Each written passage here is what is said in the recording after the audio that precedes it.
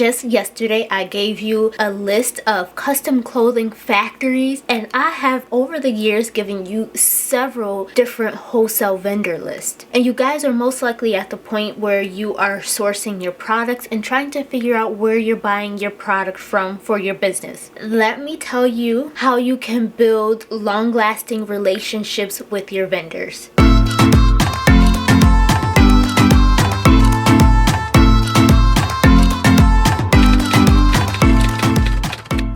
What's up, icons? It's the Iconic Fashion Figure, and the heat wave continues on day 7 of Heatwave Hustle, your ultimate summer success bootcamp. Today, I'm going to end the week off with some tips on how you can build those long-lasting relationships with your vendors, whether you're working with wholesalers or you're working with factories. Those relationships that you build along the journey of starting and growing your business is going to be extremely important. You want to have stable relationships with everyone that you're working with. So let's talk about it. First, have you found vendors that you are comfortable with working with, that you fell in love with their work, whether you're buying wholesale so you love their inventory, or you're working with the factory and you've seen some of their previous work, so you're excited to work with them, right?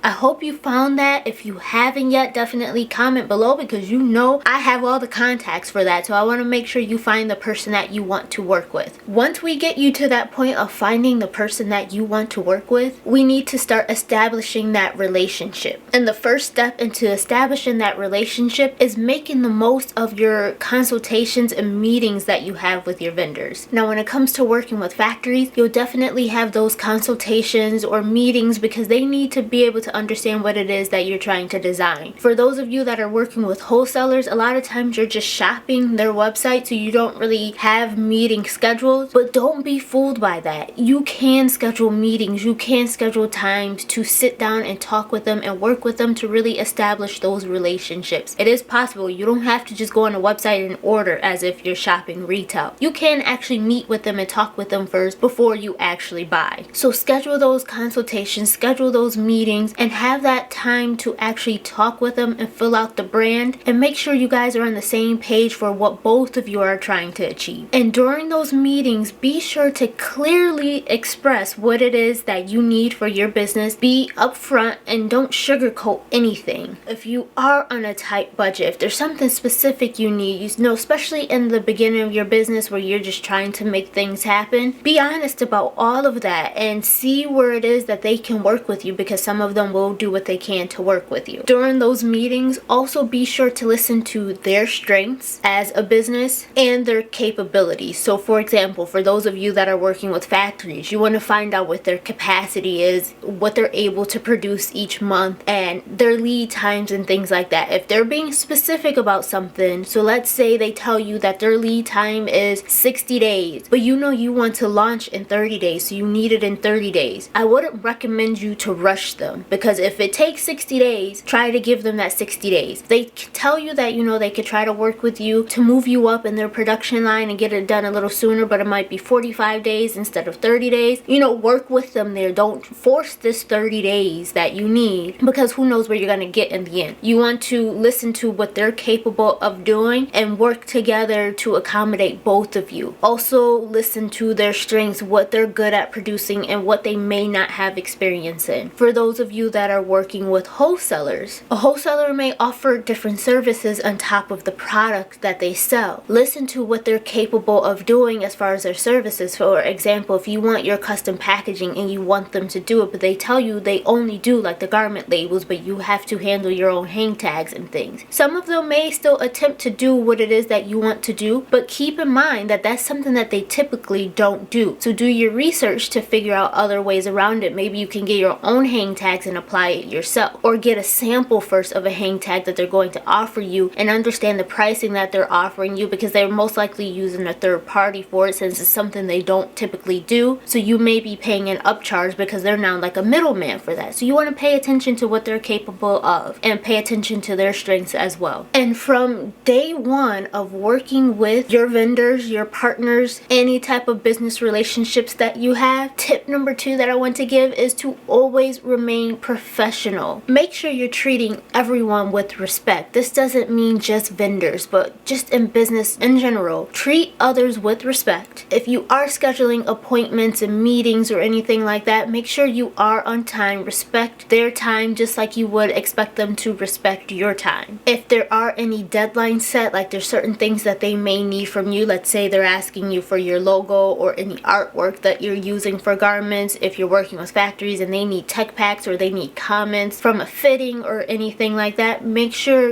you're responding in a timely manner. Same thing with like their emails, because those deadlines are important to achieve what it is that you need on your end, because if you're not responding to them on time, it can delay the things that they're doing for you, and now it's throwing your schedule off. So this is truly for you. Make sure you're responding in a timely manner. And I don't want this to feel like everything is on you, like you have to bow down to them, because at the end of the day, the businesses that you're working with, these vendors that you're working with, they're not perfect. So if there are issues that may arise, which there is the chance that issues will come up, that's part of life, be vocal about those issues. Don't just accept it for what it is. You can bring up those issues, just be respectful about it. There's a way to go about everything, so when you are bringing up those issues, just make sure you're being professional when handling those issues. Now let's go into tip number 3, which tip number 3 helps with any relationships that you have, period. And that is to build trust. What's a relationship without trust? So that is the same thing when you're working with your vendors. You want to build trust. If your vendor is sending you information and they tell you that is confidential information, honor and protect that confidential information. For example, they might email you their line sheets and they'll offer you special pricing on something, and they'll tell you to keep that to yourself because that offer is not available to everyone. Don't go spreading that information out to everyone, because they're letting you know that it's confidential information. That is one way to break trust with the vendor, because now they don't want to offer you anything when you're putting that out there, especially if they now have customers coming to them saying, oh, you offered this person that price, how come I didn't get that price? If they're providing you confidential information, make sure it remains confidential. If you're working with a vendor that is allowing you to pay later, so you're paying by invoice, make sure you're paying in a timely manner, because remember, at the end of the day, they're a business too, so their cash flow is just as important as yours. Paying on time is a good way to, build that trust with them. They know that you're reliable, so they'll definitely always work with you. And let's say there's a time where your business is having cash flow issues and you need extra time. They're more likely to then work with you because they know you have the history of always paying on time, you always pay your invoices, they never have issues out of you, you always communicating with them. It's more likely that they'll work with you when you are having issues. Another way you can build trust is to get to know the person that you're working with. I know there's times where, especially when you're wrapped up in your business, you become narrow-minded where you're just focused only on business. But it's okay to just sit and,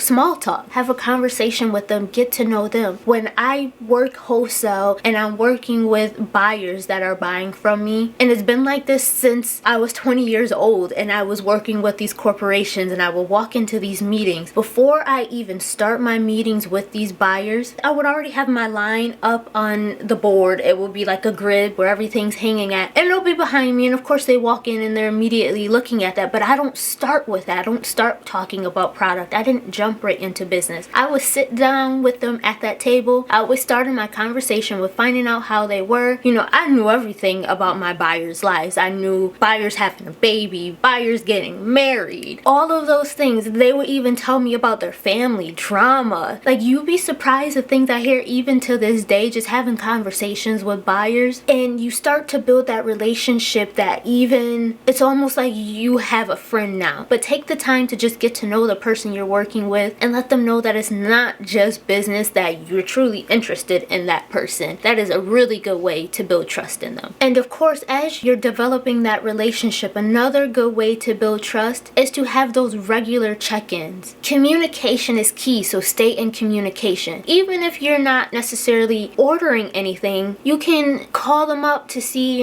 how their business is going, what they have new, what's performing well for them, what's not performing, those type of things. You're just making it known that you're still there, you still working with them, you're just not buying anything today. But of course, you just want to see what's available, because if there is something that pops up or they do have some sort of special offer, it may be something that you'll want to jump on. But if you don't stay in communication, you won't know about those things. And honestly, if you start building good relationships with those vendors, they're going to be reaching out to you anyway, so they stay in communication with you as well. It'll be a two-way street, but you have to do your part and they'll do their part as well. So let's go into tip number 4, especially for those of you working with factories. And tip number 4 is fair negotiations. When you're doing those negotiations, of course you want what is beneficial for you, but you want to make sure the negotiations are fair for both parties when trying to build a relationship. You don't want to get too greedy where everything is all about you and you want to make sure you win and you screw them over, because they're not going to like you and they're not going to want to continue working with you. You might have won that one battle, but the war is over at that point. They're not working with you anymore because you're not being fair to them. And some of those negotiations could be, the pricing based off a number of quantity, or even those of you that are working with wholesalers and you are doing private labeling, you're doing drop shipping, they may offer a fulfillment service, and as your relationship is growing, you're looking for better pricing with them and you're trying to negotiate those pricings. Maybe you're negotiating lead times, you're negotiating payment terms. You want to make sure it's beneficial for you, but it's not hurting their business as well. It has to work for both of you. And then another thing, as far as fair negotiations, make sure you're making reasonable requests. You'll have some people that'll request things, I can tell you from experience, that they need like 10 samples and they need them by next week. First of all, you have to be fair with me. Also, you're asking for 10 samples, not one sample. You'll have those times where you'll have people that will make these requests and they're like demanding it and they think that you have to do it to work with them. But it actually makes your vendors not want to work with you because you become known as that difficult customer. So be reasonable in your request. Of course, if you have a request and it's something you need, you can bring it to them, but also let them know, can you let me know what it is that you can do to accommodate this, even if you can't do it all. So let's say for those 10 samples, and this is just a random thing that I'm throwing out there, but let's say someone requested 10 samples. I know I can't give you 10 samples by next week, but what I'll do when I'm working with them, I'll let the customer know I have 2 samples of that style that I can send you today in this specific color, but then I have a sample in this color, and then I also have this style that is similar to it. It's not exactly the same, but I can point out the differences in them and you can see that sample as well. Like, I'll let them know what it is that I have, and you as the customer can come back and let me know, does that work for you? Or you can say, well, that style is a little too different for me, so I don't need that one, but can you send me the 2 samples you have in the exact style that I need plus the sample in the other color? Let me at least work with that and see what I can do. Those type of things. Like, you're working back and forth to negotiate, but you're trying to be reasonable to accommodate one another. And the last and final tip that I can give you when building your relationships with your vendors and suppliers, and this again goes for any relationships, whether business or just life in general, and that is loyalty. When you're building those relationships, you want to invest in long-term relationships. When you find a vendor that you truly like and you want to maintain a long-term relationship with, you have to make it known that they are your go-to. It makes vendors feel good when they know that they're your go-to. You kind of want to, boost their head up a bit, to be honest with you, to let them know that they're like your number one vendor. They're the person that you go to whenever you need anything, when you need to fill in your inventory at the top of the new season. Their collection's the first one that you're looking at. But don't just boost their head up to make them feel like they're the best of the best, because no one's perfect. Also provide them feedback on things that you notice, things that can be better. So like when I'm talking to buyers, they'll tell me this style so well and this color, but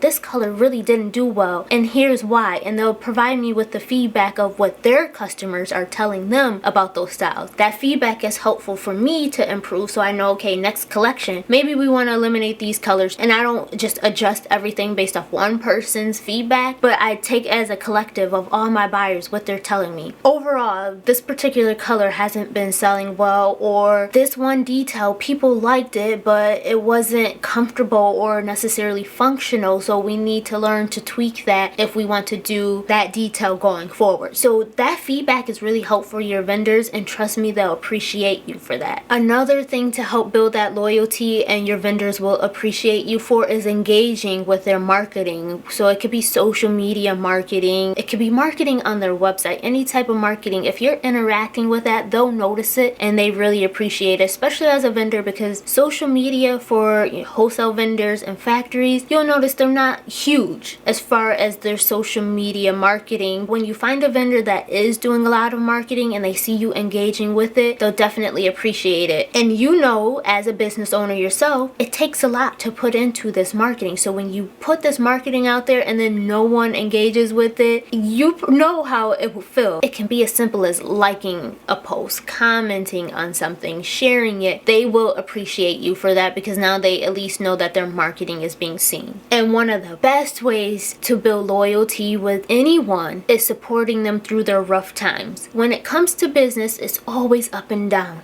And it's going to be like that for everyone. So if you notice your vendor's going through a rough time, let's say the product that they're selling, it's like the slower season for them. We went through the phase of where dresses and everyone wanted to dress up, but then during the pandemic, everyone's more in athleisure and didn't really dress up. So people that are selling those dresses had a hard time. I'm definitely not saying for you to go buy a bunch of their product. Let's say those dresses that aren't selling, when you know they're not selling, because you don't want to hurt your business. But that goes in with staying in communication, still interacting with their marketing, still connecting with them, checking in from time to time. If they have some sort of promotional offer that does benefit you or could benefit you, or let's say you only break even from it, but it does help them, it's something that you could possibly do, or sometimes you can negotiate it so you get a slight profit. Whatever it is you can do to support them in their tough times, trust me, they'll appreciate it. It'll show that loyalty to their brand. So those are 5 tips that I'll give you on how to build those long-lasting relationships with your vendors. And that was day 7 of Heatwave Hustle, your ultimate summer success bootcamp. And the Heatwave is going to continue over the next 3 weeks. We have 3 more weeks of this. I hope you guys aren't burnt out yet. If you are, please let me know down in the comments. I do want to help you with trying to overcome that. I know it can become overwhelming. I know at times you'll feel stuck. Let me know.